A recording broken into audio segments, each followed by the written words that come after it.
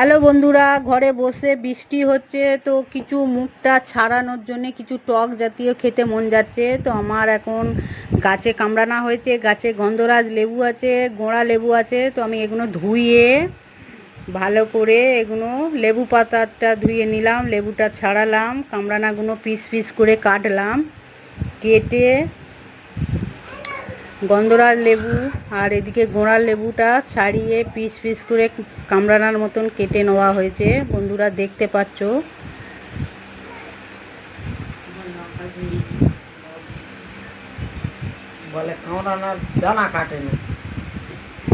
দিয়ে এই লেবু পাতা, গন্ধরাজ লেবু পাতা, এটাও ছোট ছোট টুকরো টুকরো করে কেটে নিচ্ছি।